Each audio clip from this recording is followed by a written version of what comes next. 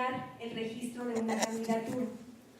En el caso de este principio de equidad y de igualdad sustantiva que se agrega concretamente al reglamento que ustedes tendrán que observar, o que el ayuntamiento, que es quien aplica este reglamento, tendrá que observar, pues tendrá que ir el registro de las fórmulas con un hombre y con una mujer. Y esto sí quisiera hacer una pequeña reflexión en torno con este tema, sobre todo porque me da muchísimo gusto que haya tanta asistencia a esta convocatoria y que además se ha convertido en un tema muy relevante y que además también se ha convertido en el principal obstáculo. El tema de la violencia política se ha convertido en el principal obstáculo que las mujeres han enfrentado para poder llegar a cargos de elección popular o a cargos públicos. En los últimos años, y yo creo que concretamente en la última década, se han hecho importantes esfuerzos para tomar algunas medidas de carácter legal que permitan la incorporación de las mujeres, como estos principios, como estos lineamientos de paridad o como estos principios que ahora se incorporan a este reglamento. Y es que esto obedece a que, de alguna manera, históricamente, las mujeres se han colocado en una posición de subordinación en relación con los hombres, ¿no? Incluso desde los orígenes de la humanidad, podríamos decir, los hombres salían a cazar, a aventurarse para traer los alimentos al hogar, y la mujer se quedaba en casa cuidando a los hijos y limitada en el campo doméstico. De alguna manera, estas costumbres han prevalecido en todas las culturas del mundo y ha sido muy complejo cambiar de roles. Ahora, por ejemplo, justamente por esta desigualdad que ha vivido la mujer a lo largo de los años, no es suficiente que las mujeres puedan tener una igualdad formal, es decir, no basta con que los dos tengan, hombre y mujer, acceso a las mismas condiciones o a los mismos beneficios. Creo que esta imagen que habla de la igualdad sustantiva nos dice mucho, y es: la igualdad sustantiva consiste en beneficiar un poco más a las mujeres, con el objeto de que logremos equilibrar esa balanza y esa situación que hay entre los hombres y las mujeres. Las mujeres llevamos una desventaja, por supuesto biológica, somos diferentes los hombres y las mujeres. Hay una desventaja ya de carácter, no sé si es correcto hablar de una desventaja de carácter biológico, pero estas diferencias biológicas, yo les puedo decir, por ejemplo, en este momento yo estoy embarazada, la consejera Lidia está embarazada, y hemos platicado mucho de cómo esta situación verdaderamente nos pone en desventaja en relación con el resto de nuestros compañeros, porque ya no podemos tener el mismo tipo de actividad, al mismo nivel, el mismo ritmo de trabajo para viajar, para andar en carretera, para hacer muchas cosas que sí puedes hacer cuando no estás embarazada, ¿no? O que pueden hacer los hombres con mucha más facilidad. Entonces, tenemos, además de estas diferencias biológicas, pues hay diferencias sociales y culturales que hemos venido arrastrando de mucho tiempo atrás y que ahora se siguen reflejando. Pasamos a la siguiente, por favor. Ahora, ¿qué es la violencia política de género? Miren, con todos estos avances que se han tenido en la normativa para beneficiar a la mujer, se han puesto en evidencia algunas prácticas y formas de hacer política que tienden a ser patriarcales, machistas, misóginas, sexistas o excluyentes en relación con las mujeres. Podemos decir que la violencia política siempre ha existido, pero esta se ha acentuado más o se ha visibilizado más a partir de la reciente incorporación de las mujeres en el ámbito público. De acuerdo con el protocolo para la atención a mujeres que son sujetas de violencia política, la violencia política comprende todas aquellas acciones u omisiones, incluyendo la tolerancia, que basadas en elementos de género y en el marco de los derechos político-electorales tengan por objeto menoscabar el goce y ejercicio de los derechos políticos inherentes a un cargo público. Este concepto tiene su origen en estas diferencias que existen entre los hombres y las mujeres. Los derechos de las mujeres han ido avanzando muy lento. Ustedes pueden verlo, bueno, podríamos decir todavía a finales de los 80, principios de los 90, había una disposición en el Código Civil que establecía que las mujeres para poder firmar contratos necesitaban la autorización de sus esposos o para poder obtener un trabajo. Todavía, estamos hablando de que todavía hace poco tiempo se consideraba que la mujer no podía tener una personalidad jurídica propia, ¿no? Y esto tiene que ver, y no es que no pueda tenerla, sino que tiene que ver con estas costumbres que venimos arrastrando y que traemos pues propiamente arraigadas. Todavía podemos decir que hoy, al día de hoy, hay instancias de salud que exigen la firma o la autorización del esposo para que la mujer pueda operarse para ya no tener hijos. Y esto es un hecho, esto es cierto. Todavía la mujer no puede decidir sobre su cuerpo porque está sometida a la autorización que le proporcione su marido. Y esto pues es importante resaltarlo un poco con el objeto de contextualizarnos o de sensibilizarnos en torno a la posición que ha venido ocupando la mujer a lo largo de los años. La siguiente, por favor.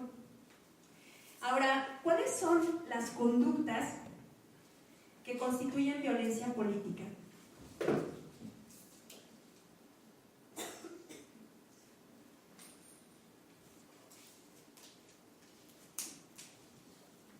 Una disculpa. Las conductas, las acciones u omisiones que constituyen violencia política y que debemos conocer para ser capaces de identificar tanto hombres como mujeres son las siguientes: limitar el ejercicio del derecho político electoral, asignando responsabilidades que tengan por objeto restringir la participación. Imagínense ustedes en el caso de una fórmula donde está registrado un propietario hombre, un titular hombre y una suplente mujer, pero resulta que registraron a la mujer como suplente únicamente para cumplir con el requisito, no porque consideren que es parte del proyecto político, sino, y esto es bien común, se los digo porque lo vemos siempre, se registra a la mujer para cumplir con el requisito y cumplimos con el requisito, pero no la convocamos a las reuniones, no la hacemos parte del proyecto político y de alguna manera le estamos limitando este derecho político electoral que ella tiene. Eso es violencia política y perfectamente procede a un medio de impugnación en torno con esas conductas. Más adelante vamos a ver cuáles son las acciones que se pueden tomar concretamente en casos específicos. Desestimar y descalificar las propuestas presentadas por mujeres en el ámbito del ejercicio de sus derechos político-electorales. Fíjense ustedes que si nosotros vemos esta acción de manera aislada, podríamos pensar que es un poco exagerada. Y creo que hay algunas acciones que se tienen que tomar con cierto criterio. Y se los digo porque el hecho de que concretamente un hombre desestime la propuesta que hace una mujer no necesariamente significa que le está violentando políticamente. Aquí en el propio Instituto Electoral, yo con los consejeros llego a tener encuentros donde no estoy de acuerdo o donde ellos no están de acuerdo. Y esto es perfectamente natural. Y no estoy siendo sujeto de violencia política, porque se hace en el marco de una situación de respeto, se analizan ideas, se hace un debate y sale la propuesta, digamos, que consideremos más importante, se construye una propuesta con las opiniones de todos. El propio Tribunal Electoral, en un caso que no les estoy citando el número de expediente, no soy tan aplicada como la consejera Liliana, pero precandidata precisaba y argumentaba en un juicio ciudadano que ella había sido objeto de violencia política porque todo el tiempo estaban contradiciéndola y porque todo el tiempo desestimaban las propuestas que ella realizaba. Y el tribunal valoró esta conducta específica, la valoró como que no se consideraba propiamente violencia política porque, de acuerdo a la descripción que daba la regidora, estos debates o estos encuentros se daban durante el desarrollo de una sesión en la que se analizaba de una u otra parte las características de la propuesta que se hacía. Entonces, para este tipo de causal, digamos, de acción, sí se tiene que aplicar algún criterio como que vaya acompañado con algunos otros elementos donde sepamos que efectivamente se desestiman nuestras propuestas por el hecho de ser mujer o porque me están bloqueando, va acompañado de otras conductas y por supuesto puede ser que no me permitan el uso de la voz o que nunca se escuchan mis propuestas o que cuando yo la hago no se escucha pero después la hace otro caballero y a él sí se le escucha, por ejemplo. Y son elementos como, es una línea muy delgada entre lo que implica la efervescencia del diálogo y el debate político y lo que implica verdaderamente el querer obstaculizar a una mujer. Entonces, generalmente cuando se invoca este tipo de causal, tendrá que ir acompañado por la experiencia que hemos visto, de algunos elementos de prueba donde efectivamente se considere que se le está bloqueando a esta mujer por el hecho de ser mujer, ¿no? Lo cual también está bien complicado, pero es parte de lo que tenemos que ir construyendo sobre el camino. Imponer sanciones injustificadas, impidiendo o restringiendo el ejercicio de los derechos político-electorales.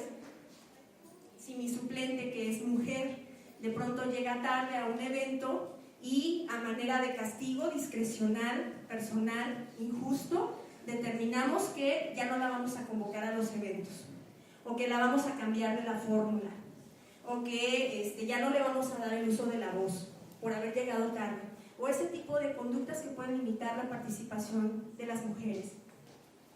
Divulgar información personal y privada de las mujeres precandidatas y candidatas con el objetivo de menoscabar su dignidad y utilizar la misma para obtener la renuncia al cargo por el que se postulan. Esta causal también la hemos visto mucho porque ahora, a raíz de la utilización de las redes sociales que se han convertido en un arma que puede ser muy dañina, son maravillosas las redes sociales porque nos permiten estar enterados de todo, nos permiten hacer difusión de un evento en minutos y tenemos acceso a muchas cosas. Pero también, si se utilizan incorrectamente, pueden dañar de manera muy seria el prestigio de una persona. Y esto también ha resultado muy común de mujeres que están contendiendo, que están participando activamente en la política. Y puede ser que ha pasado, y lo hemos visto en algunos JDC, algunos juicios ciudadanos, de mujeres que se toman una selfie con un vestido muy sexy, ¿no? O que por ahí hay alguna fotografía donde se está besando con su novio, etc. Y entonces comienzan a hacer memes acerca de estas fotografías, que es una situación totalmente privada, que no afecta o que no tendría que afectar su vida política, pero a veces en las comunidades nos exigen un recato especial, vestido bajo la rodilla, a misa, nada de novios y nada de vestidos pegaditos, ¿no? De pronto pareciera que la mujer tiene que cargar con esas obligaciones o con esa carga que en una comunidad pequeña, donde la gente es conservadora, puede convertirse en un ambiente demasiado denso para una mujer que está contendiendo a un cargo público, y esto la puede llevar a renunciar a su cargo.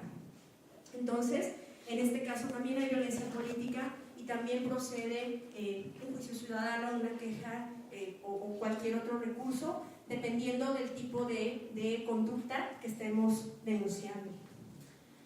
Si alguien quiere comentar algo durante el desarrollo de la exposición, puede levantar su mano y con todo gusto lo vamos viendo, ¿sí? Cumplir con las disposiciones jurídicas nacionales e internacionales, que tiene un poco que ver con el principio de legalidad que nos planteaba la consejera Viridiana, y el tener que cumplir la obligación que tiene el ayuntamiento de cumplir, en este caso, con las disposiciones y concretamente del cumplimiento de la paridad. Bueno, no es paridad, del principio de equidad y de igualdad sustantiva. Incumplir con las reglas de distribución de los recursos de campaña, que en este caso no aplica concretamente porque los contendientes no están haciendo uso de recurso público, pero en el caso de los partidos políticos, ellos tienen una cantidad, un 3% de su recurso que tiene que ser destinado al fortalecimiento de liderazgos femeninos. Obligar a las mujeres a conciliar o desistir cuando se encuentran en un proceso administrativo o judicial de defensa de sus derechos político-electorales. Y esta es otra que también es tan común. Mujeres que son sujetas de violencia, presentan un juicio ciudadano y después están sufriendo violencia por segunda vez porque las están obligando a desistirse de ese procedimiento que iniciaron. Y entonces en ese caso es volver a presentar o recurrir a esta autoridad en la que ya estamos llevando nuestro procedimiento y decirle, hey, me están forzando o me están presionando para que yo me desista de este recurso. Y si en todo caso la mujer decide desistirse porque no aguanta la presión, bueno, ya queda una constancia de que estaba siendo presionada y el tribunal o el área correspondiente, la instancia correspondiente, tendrá que actuar en consecuencia con todas esas constancias. Proporcionar a la institución electoral datos falsos o información incompleta, como la identidad del sexo, por ejemplo. Esto también es común, bueno, ha llegado a pasar. En el caso sobre todo de los hombres que tienen algún nombre que puede ser confundido como de hombre o de mujer, como el caso de José María, por ejemplo, y que de manera maliciosa se omite decir el sexo de esta persona para que, de acuerdo con los documentos, parezca que es un hombre y una mujer, pero en realidad van dos hombres, ¿no? Y esto también nos ha pasado, y esto también es una forma de violencia política. Proporcionar a las mujeres candidatas información falsa o imprecisa que le ocasione una competencia desigual. En el caso de los equipos de campaña podemos decir que están respaldando a una mujer y que se le está dando una información incorrecta, de tal manera que se busca que ella se esté equivocando en sus participaciones o en sus actividades. Realizar conductas que impliquen amenazas verbales, difamación, desprestigio, burlas, descalificación, calumnias, etc. Teníamos nosotros en el proceso pasado, nos tocó conocer el caso de una candidata cuyo esposo era su candidato a síndico, que estaba presionándola, haciéndole algunas estaba generando una situación de violencia en torno al ambiente donde ella se encontraba. Ella iba buscando la reelección y él de alguna manera estaba evidenciándola que no era una buena funcionaria, que no tenía la capacidad. Todo el tiempo le estaba contradiciendo, pero además evidenciándola delante de su cabildo y ofendiéndola, que porque era vieja no podía hacer su trabajo correctamente, etcétera, etcétera. Ese tipo de conductas son evidentemente misóginas y son excluyentes y dañan a la funcionaria de que se trata. Reprimir a las mujeres por vincularse con grupos para defender temas de género. Es común que a las mujeres que están en movimientos feministas se les retire, digamos, o se les considere como mujeres alcahuetas, que necesitan un hombre, que están desubicadas porque andan en movimientos feministas y luego son descalificadas por esa situación. Restringir el uso de la palabra en reuniones, eventos, participación en un proceso electoral. Y en este caso sí les platico de la mujer que iba en fórmula con su esposo. Ella iba como candidata a presidenta municipal y su esposo iba como candidato a síndico, pero en los eventos quien hacía los discursos era el síndico. Y en la publicidad de difusión de la campaña, en los carteles aparecía la fotografía de él en grande y la foto de ella así chiquita. Y ella iba como candidata a la presidencia. Entonces el síndico realmente era el que estaba difundiendo su imagen y el que daba los discursos, y ella ni siquiera hablaba. Entonces esto es una forma de simulación y esto es también violencia política. Y el uso del lenguaje que sexista, que sea denostativo, y cualquier otra forma análoga que dañe la integridad o la dignidad de una mujer. Vamos a pasar a la siguiente. Las causales que yo les acabo de comentar son, digamos, durante el desarrollo de una campaña electoral, y ahora vamos a ver algunas causales durante el ejercicio del cargo. En su mayoría son muy parecidas, pero vamos a destacar algunas que se estiman importantes. Asignar una responsabilidad que tenga como resultado la limitación del ejercicio de la función política electoral. Puede darse el caso de que una mujer sea electa como jefa de tenencia y dentro de esta dirección de auxiliares, esto es un ejemplo, no estoy acusando a nadie de nada, pero puede ser que la dirección de auxiliares no le den su lugar como jefa de tenencia y pretendan menoscabarla o pretendan encargarle cosas que están fuera de sus atribuciones como jefa de tenencia, o decir, bueno, eres jefa de tenencia, pues tú te quedas aquí en la casa, en la oficina, y te encargas pues de la limpieza. Yo voy a mandar a un representante del ayuntamiento a que se encargue de atender las cosas importantes. No podemos permitir que en el caso de las jefas de tenencia encargadas del orden, titulares o suplentes, se les limiten las atribuciones que tienen, porque son atribuciones que les corresponden en términos de lo establecido en el reglamento y de la ley orgánica, y el que se nos menoscabe o se nos limite pues implica una conducta de violencia política ya durante el desarrollo del encargo. Se puede presentar esta situación de violencia previo y durante, o sea, previo a la toma de protesta y durante el desarrollo del encargo. Desestimar y descalificar las propuestas presentadas, que era un poco lo que ya les comentaba, que se tienen que tomar con algún cierto criterio. Discriminar a la autoridad electa designada en el ejercicio de su encargo por encontrarse en un estado de embarazo o de parto. Es lo que les comentaba en relación con la situación de las mujeres que se encuentran en una condición de embarazo.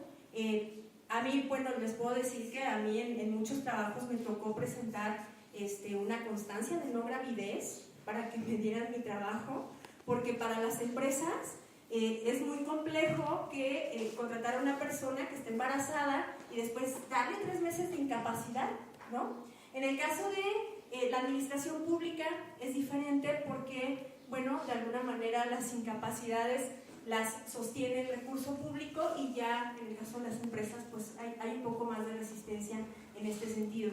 El reglamento establece que el titular entrará en funciones del propietario cuando haya ausencias entre 15 y 45 días.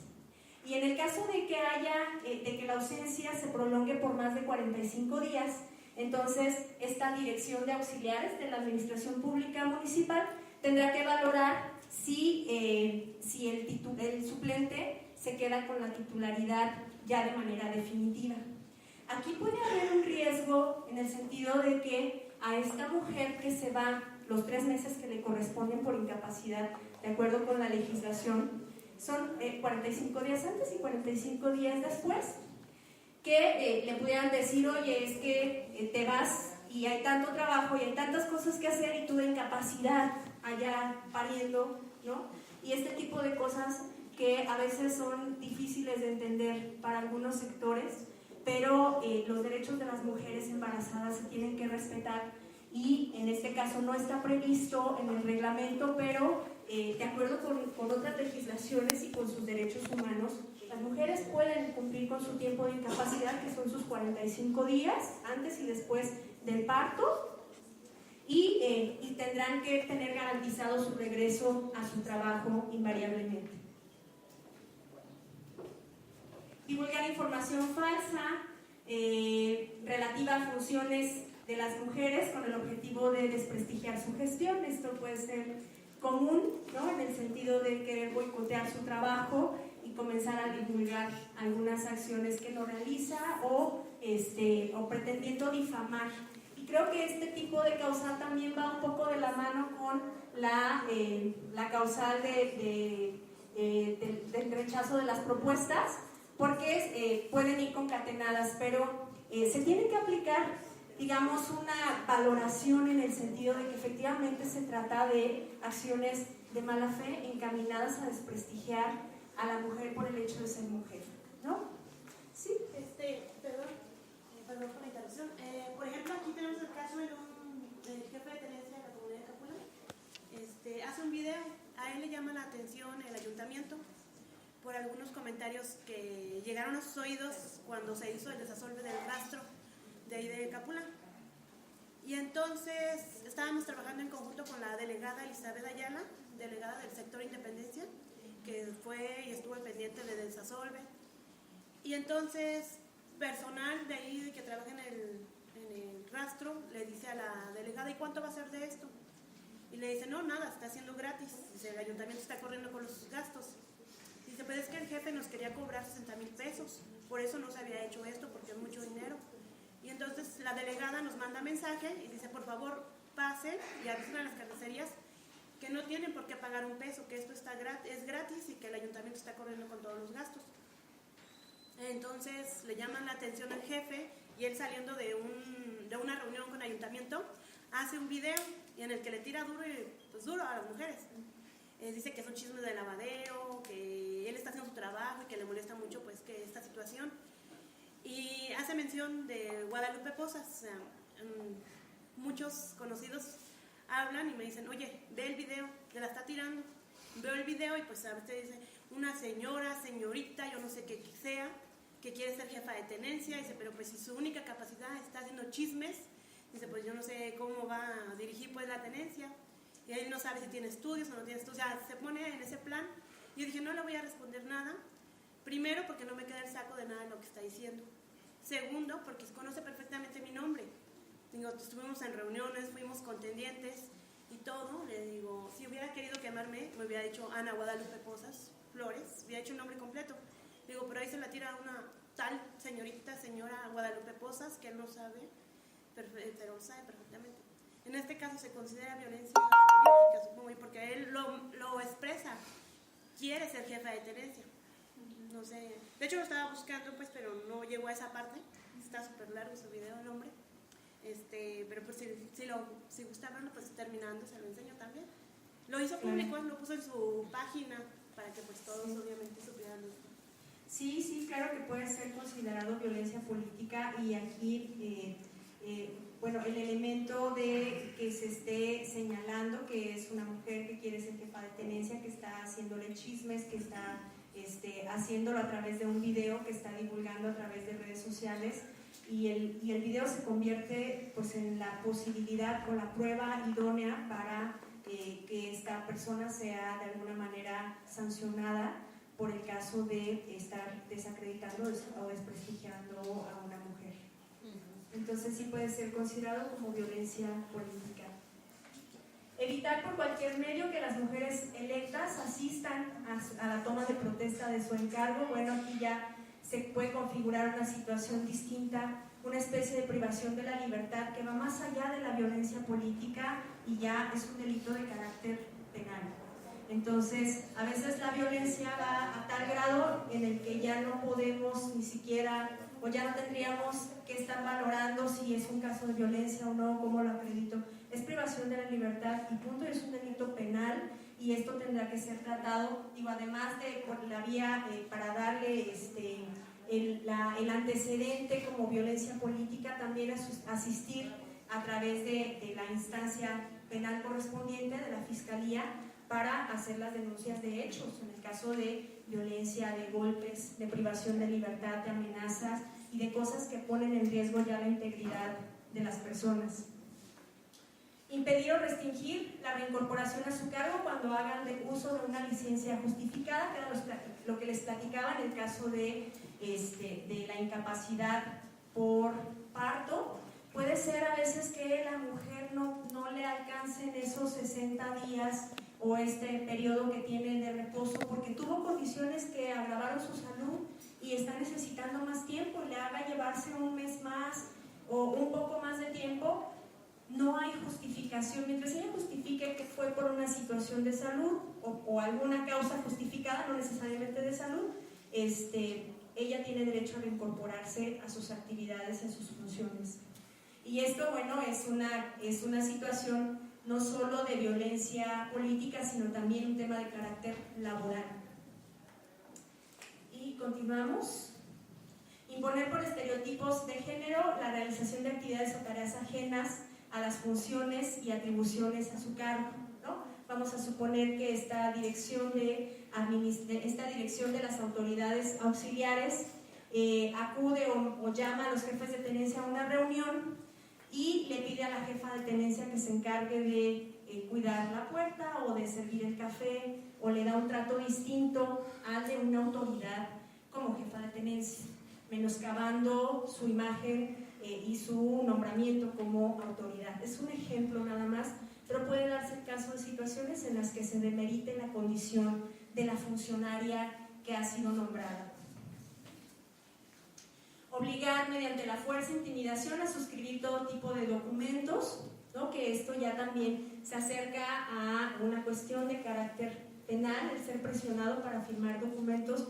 Inmediatamente tenemos que actuar cuando nos encontramos en una situación de este tipo para evitar que el problema se vaya haciendo más grande al grado de que ya no podemos encontrar una salida. En cuanto encontramos una situación de amenaza, tenemos que actuar para alcanzar a prevenir un daño mayor o para alcanzar a obtener algunas medidas precautorias que nos permitan salir avantes en estos problemas.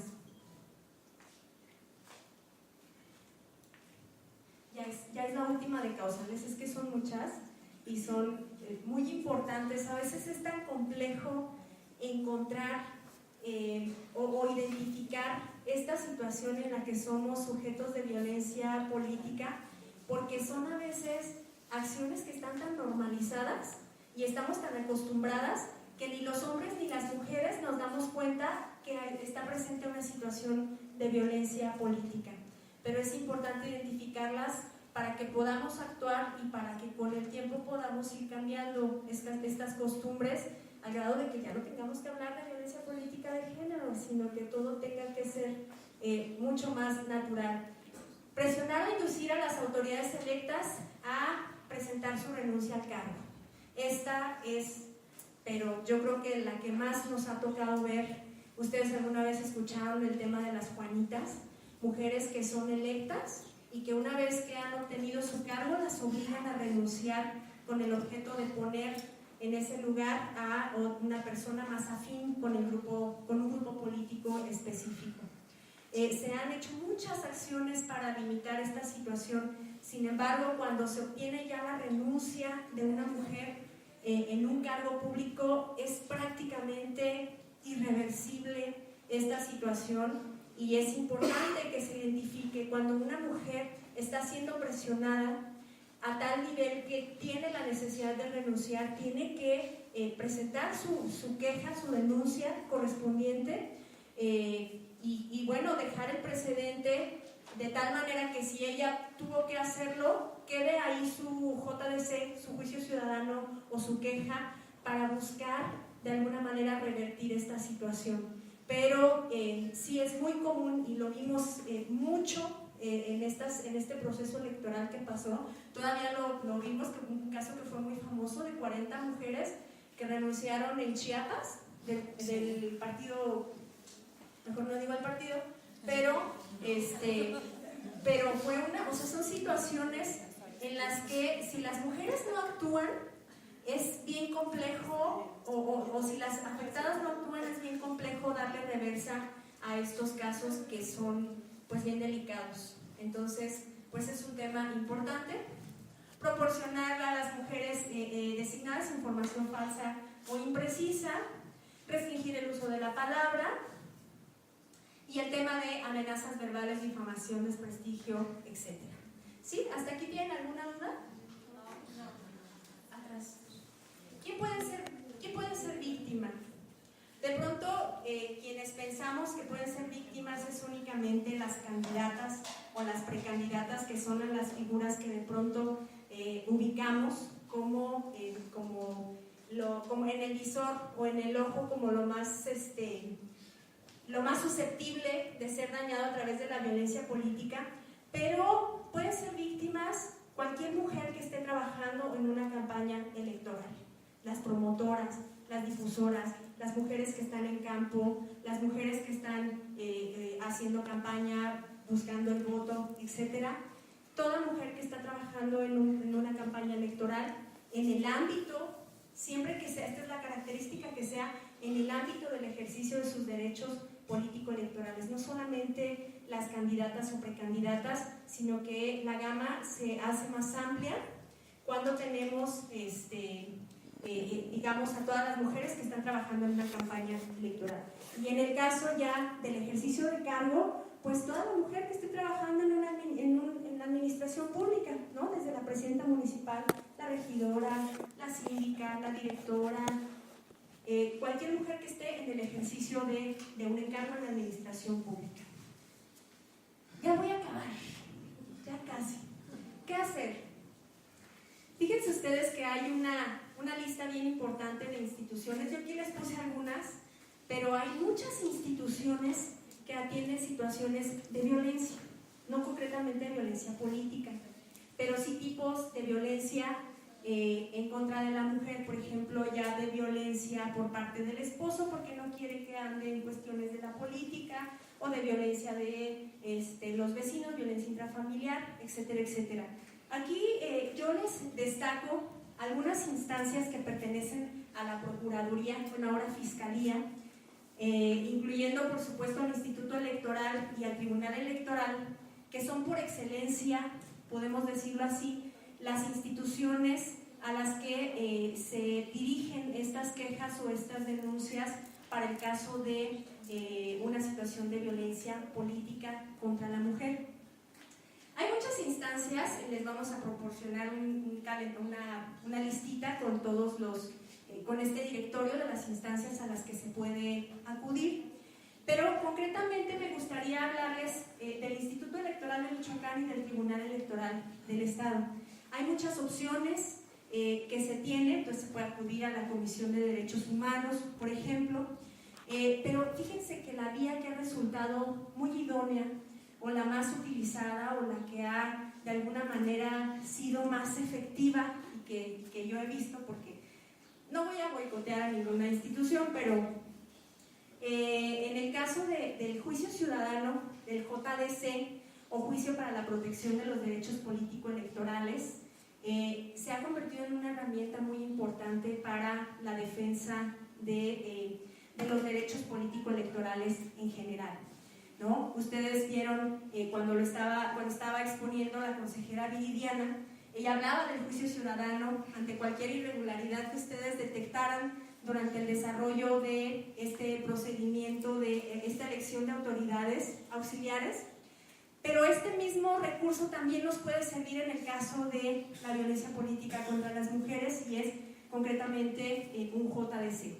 Y es tan maravilloso este recurso que, por ejemplo, si ustedes presentaran una queja ante la Comisión de Derechos Humanos o ante el Instituto Electoral de Michoacán, si el Instituto Electoral considera que no es viable el llevar a cabo esta queja porque puede remitirse a través de un JDC, lo remite al tribunal y el tribunal se encarga de asumir este procedimiento.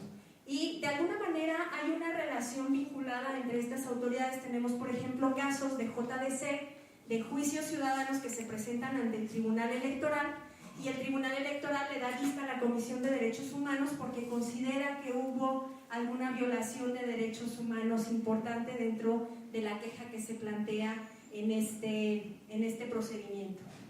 En el caso del Instituto Electoral de Michoacán, ustedes de manera indistinta pueden, cuando se encuentran en una situación, salvo en el caso de las cuestiones que son exactamente o meramente penales, lo que yo les comentaba, cuando identificamos que se trata de un delito que ya tendrá que ser atendido a través de una instancia de carácter penal, pues bueno, ahí sabemos que tendrá que ser a través de la Fiscalía o a través de algunas de las instancias dentro de la Fiscalía.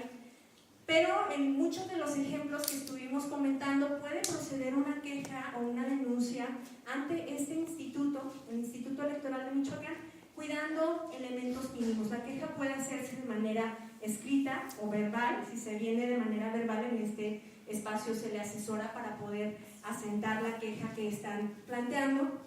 Y básicamente lo que requerimos pues es el nombre de la persona, un domicilio para recibir notificaciones, la identificación o narración de hechos, el acto que se está reclamando, y algo bien importante, el acompañamiento de pruebas. Si no acompañamos pruebas o algún medio para acreditar lo que estamos señalando, pues resulta más complejo el análisis y la valoración, y en todo caso pues establecer una sanción en contra de quienes hayan cometido este tipo de conductas de violencia política contra las mujeres. Y lo mismo sucede en el caso del Tribunal Electoral, en el que se tendrá que identificar, además del acto, bueno, a través de este documento, con el nombre, el domicilio para las notificaciones, la identificación del acto de que se trata, la narración de hechos. No tiene que ser un tema tan técnico, digamos, no se imaginen un recurso como una especie de amparo en el que necesitan un abogado, en el que van a gastar en una asesoría jurídica. Ustedes pueden tener un acercamiento directamente con las autoridades y ahí les van a guiar y les van a asesorar sobre la forma en la que pueden presentar sus recursos. Pero sí es importante que cuando encontremos que estamos en una situación de violencia y cuando lo detectamos y sabemos que vamos a seguir siendo sujeto de ello, pues estar preparadas para recabar algunas pruebas, ¿no? ¿Qué tenemos aquí? Tenemos a lo mejor algunos testigos. Yo ya sé que en una sesión de cabildo o en alguna reunión de trabajo generalmente me van a callar. Ya sé que no me van a dar el uso de la voz, entonces me jalo a un notario para que me ayude a levantar una certificación y comenzamos a idear una estrategia que nos permita recabar algunas pruebas, porque ahí es donde se caen los asuntos. Si no podemos acreditar lo que estamos diciendo, un tribunal o una instancia no puede hacer una valoración para juzgar a alguien si no tiene algún elemento mínimo. De lo contrario, estaría violentando derechos de otra persona por pretender acreditar una situación de violencia política sin la recabación de pruebas correspondiente. ¿Sí? Entonces les vamos a regalar una copiecita con los datos de todas estas autoridades, con los números telefónicos, correos electrónicos, para que ustedes estén en condiciones, hombres y mujeres, de identificar las autoridades a las que pueden acudir, llamar, asesorarse y ver cómo es que les corresponde proceder. ¿Sí? Y por último, algunos de los derechos de las víctimas. ¿A qué tiene derecho una persona que presenta una denuncia, una queja o un juicio ciudadano? A un trato sin discriminación, con respeto a su integridad, a recibir atención y protección oportuna, efectiva y gratuita. Todas las instancias tienen la obligación de proporcionar la atención de manera gratuita. Se les otorgan las medidas cautelares necesarias. Es lo que les comentaba en relación a cuando identificamos una situación de amenaza y que sabemos que esto puede irse agravando, presentar nuestra queja inmediatamente o nuestro juicio ciudadano inmediatamente y solicitar las medidas precautorias para que esta persona no se pueda acercar o para que yo pueda tener una seguridad, dependiendo de la gravedad del caso, pueda obtener una seguridad de una instancia pública de seguridad, o para que de alguna manera la autoridad correspondiente pueda emitir una medida precautoria que en ese momento sea efectiva hasta en tanto se resuelva el caso de que se trate. Información y asesoramiento gratuito sobre los derechos que se tienen. recibir atención médica, psicológica gratuita, integral y expedita, y el derecho a la confidencialidad. No sé si tengan alguna duda en relación con lo que hemos platicado. Bueno, nada más comentarles que el tema de la violencia política de verdad es un tema que yo he notado algunas resistencias, sobre todo cuando se platica con algunos caballeros que, y no estoy juzgando, lo digo con mucho respeto, no les parece como un tema tan relevante, pero de verdad que la violencia política se ha convertido en la principal causa que detiene el desarrollo y la participación de las mujeres en las instancias democráticas. El comprometernos con este tema, tanto hombres como mujeres, de veras nos va a permitir desarraigar esta costumbre que hay de rechazo hacia la participación de las mujeres. Tenemos muchas opciones, pero lo único que tenemos que hacer es atrevernos a actuar y a tomar medidas y a pues que no nos dé pena, porque a veces son situaciones que nos da pena, pero sí acudir a una institución y decir: he sido objeto de violencia política y quiero ser asesorada, ¿qué puedo hacer? O necesito una medida precautoria, y no dejar que las cosas se vayan más allá. Hay casos en los que la violencia llega a tal nivel que las mujeres pierden la vida. Entonces hay que identificar cuando somos objeto de violencia y hay que compartir esto con hombres y con mujeres para sensibilizarnos todos. ¿Sí? Pues por mi parte sería todo. Adelante.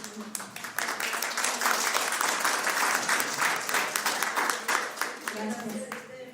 Mención de algo que no se nombra normalmente en estas pláticas, porque muchas mujeres y muchos hombres hemos sido objeto de presiones laborales, principalmente de los de gobierno. Yo no sé si se considere una violencia política el hecho de que inhabiliten a amas de casa o personas teniendo esposos trabajadores en gobierno cuando ellos pretenden seguir en el poder. ¿Sí? En muchas de las veces uno se ve negado a participar cuando a veces se tiene talento o no, cuando presionan con que el decoro del trabajo, hacen presiones, utilizan otro tipo de violencias con los hijos y se quedan inhabilitados. En serio, no sé ese respeto cómo se podría tomar el hecho de que no, pues si quieres trabajo, cómo se le hace, pones en riesgo. Es una cosa difícil de enfrentar. Yo lo he vivido y se siente un inhabilitado. La mayoría de las veces mejor participo aquí en este instituto, la verdad, por el hecho de ser violentada por autoridades fuera de este instituto. Me gusta mucho, la verdad, porque he actuado democráticamente, pero sí, sí ha recibido uno a veces mucha amenaza por parte de autoridades, presiones de pérdida de trabajo, y por el sostenimiento pues uno se inhabilita y es muy difícil enfrentar este tipo de situaciones. Y no solo me pasa a mí, yo lo he visto en muchas personas. Si participa, que corren a mi marido de su trabajo, o viceversa, si corren a mi mujer de su trabajo, y es una cosa que quieran o no, sí influye para las votaciones, sí inhabilita, y no hay la suficiente participación de la ciudadanía. Si las cosas no se hacen democráticamente, se inhibe la participación. O sea, ese caso yo creo que no se ve lo suficiente cómo tratarlo, la verdad. Sí, muchas gracias. Bueno, hay algunas instancias en las que se cuida mucho la contratación de parientes, ¿no? En el caso, por ejemplo, yo le puedo decir del Instituto Electoral, nosotros estamos, el órgano electoral en general tiene que cuidar mucho la contratación de los parientes, como puede ser, más aún, contratar a tu esposo, ¿no? Pero en el caso que me plantea usted en la administración pública, en el que se acerca a trabajar, van a correr a su esposo, muchos elementos ahí que se tienen que valorar y que a lo mejor tiene que ver también con el empoderamiento de la mujer, el valor que tenga para salir y decir, bueno, yo de todos modos voy a solicitar este empleo, ¿no? Se tiene que valorar, digamos, las características de las políticas laborales de la instancia de que se trate para determinar si pueden trabajar esposos o no. O puede ser que haya parejas trabajando en una instancia, pero que cada uno llegó por méritos propios de manera muy comprobable y por separado, y también es válido. Y bueno, concretamente en el caso que usted me plantea, probablemente se trata de un tema de violencia, quizá intrafamiliar, quizá político, en el que usted tendrá que acercarse a una instancia. Hay muchas instancias, tenemos esta de la Procuraduría de Violencia Intrafamiliar, tenemos la Secretaría de Igualdad Sustantiva, que nos permite tener un asesoramiento ya a partir del caso específico que nos plantea para saber cómo actuar de tal manera que se cuide también su situación, porque esto también es todo un problema cuando la mujer se encuentra totalmente subordinada económicamente, o con esta situación de que es amenazada con el tema de los hijos. Ya es una situación en la que la mujer necesita un tipo de orientación mucho más integral, psicológico, y cuidando sobre todo su situación personal para que no resulte más perjudicada si ella decide actuar, ¿no? Entonces, bueno, ahí estamos. Joven, adelante. Sí, gracias, maestra. Buenas tardes. Buenas tardes. Diego de Atenense Morelos. Hace unos días una amiga me invitó a sumarme porque va a competir para la tenencia. Sin embargo, tenía la discusión ella con un conocido porque se estaban peleando la titularidad. Finalmente, en la discusión y en el debate, logramos que ella se posicionara. Pero hace unos días, concretamente el fin de semana, el muchacho que iba con suplente prácticamente ha desistido porque él también quería ser político. Entonces, ahora sí que estamos como sacados de onda, ¿no? Primero porque él no la reconocía como liderazgo y justamente por eso creo que se baja. El asunto es de que ahorita tenemos la duda si va a haber una situación de que ella pudiera digamos que hacer una suplencia, es decir, buscar más bien la suplencia, o qué procedería, o llegar al muchacho que se suba porque ya están registrados incluso. No, bueno, ahí el tema de la participación en una candidatura, para empezar, es un acto de libertad. Si una persona no está convencido de participar como candidato, pues a nadie se le puede forzar a ser candidato o a ser titular.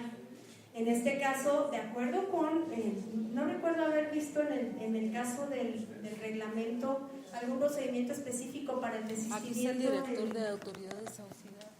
Es directamente con la dirección de autoridades auxiliares, pero me parece que la sustitución de este suplente sí se tiene que realizar para que quien participe lo haga con absoluta voluntad. La obligación de participar no resulta viable, pero lo que sí tiene que ser es que tiene que permanecer la fórmula en los términos establecidos en el reglamento, un hombre y una mujer. Y si no mal recuerdo, en el reglamento se establece que esta situación, para el caso de lo que no esté previsto en la convocatoria, será determinada o solucionada por este comité que está integrado por una representación de cada fuerza política, para determinar, en todo caso, si es una fórmula que ya está registrada, quién ocupará la suplencia de este espacio. Bueno, pues al no tener más temas que atender, adelante. Buenas tardes a todos. Yo soy la ingeniero Elia Herrera Santa Cruz, de Desarrollo Rural, representación del médico Jesús Vergara Aguirre, secretario de Desarrollo Rural y Medio Ambiente. Agradeciendo muchísimo la invitación, licenciada Claudia, les envía sus saludos y decirles que la información aquí vertida, pues espero tener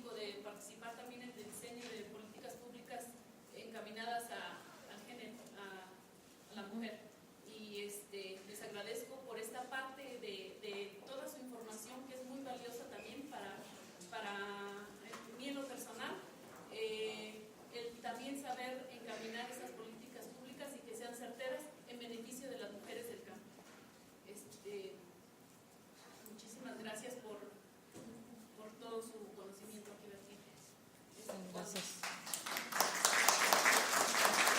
Muchas gracias, ingeniera. Bueno, muchas gracias. Simplemente aclarar, yo hice la aclaración. Yo no temo por mis amistades, ni las compañeras, ni la experiencia que se tiene. Yo valoro la experiencia que se tiene. Yo no temo por eso. Temo por las mañas públicas que todo el mundo sabe. Por eso pero sí sí que le llevaré el por conocimiento eso- divertido y es parte de que él también se instruya. Ok, perfectamente. Agradezco a ustedes. Perdón, acá lo violenté. Discúlpenme, por favor. Me da muchísimo gusto que esta capacitación haya sido productiva. Ojalá de verdad que se hayan quedado con lo más importante y que, sepan que tienen toda la confianza para acercarse con nosotros y nosotros con muchísimo gusto les vamos a asesorar en el límite de lo que nos corresponde, que es únicamente la asesoría, porque esto corresponde concretamente al ayuntamiento. Muchas gracias y muchas felicidades a todos. Y bueno, nada más decirles que no se nos vayan a ir, les vamos a entregar algunos reconocimientos a todos quienes estuvieron en esta capacitación. Y le voy a ceder el uso de la voz a la licenciada Claudia, que quiere dar unas palabras. Pues nada más agradecerles la presencia, de que sí se hayan tomado el tiempo de estar en esta capacitación y que les espero que les haya servido, y que también la Unión Mexicana de Mujeres está a sus órdenes para también alguna orientación que lo requieran, y que a mí me da también mucho gusto que estén aquí está el director de las autoridades auxiliares de aquí del municipio, el licenciado Julio Izquierdo. Me da mucho gusto porque he estado en pocas elecciones, pero hemos estado siguiéndolas y hemos visto que están realizando el trabajo. Y qué bueno que se preocupen por capacitarse, y qué bueno que se esperaron al tema de la violencia política, porque por lo regular, cuando hay ese tema, pues se van ahí los hombres. Espero que les haya servido y pues estamos a sus órdenes. Muchas gracias.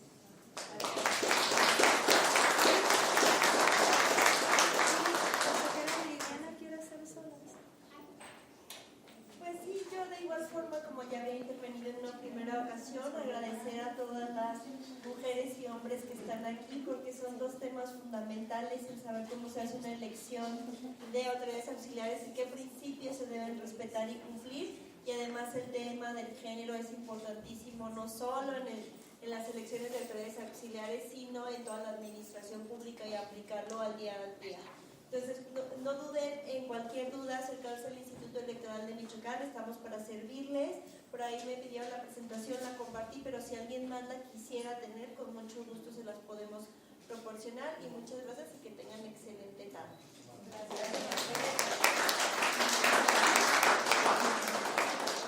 Bueno, agradecemos la participación de las consejeras, de la maestra Araceli Gutiérrez Cortés, de la licenciada Viridiana Villaseñor Aguirre, y permítanos hacer una entrega del reconocimiento a la licenciada Claudia Concepción Vázquez Velázquez por su participación.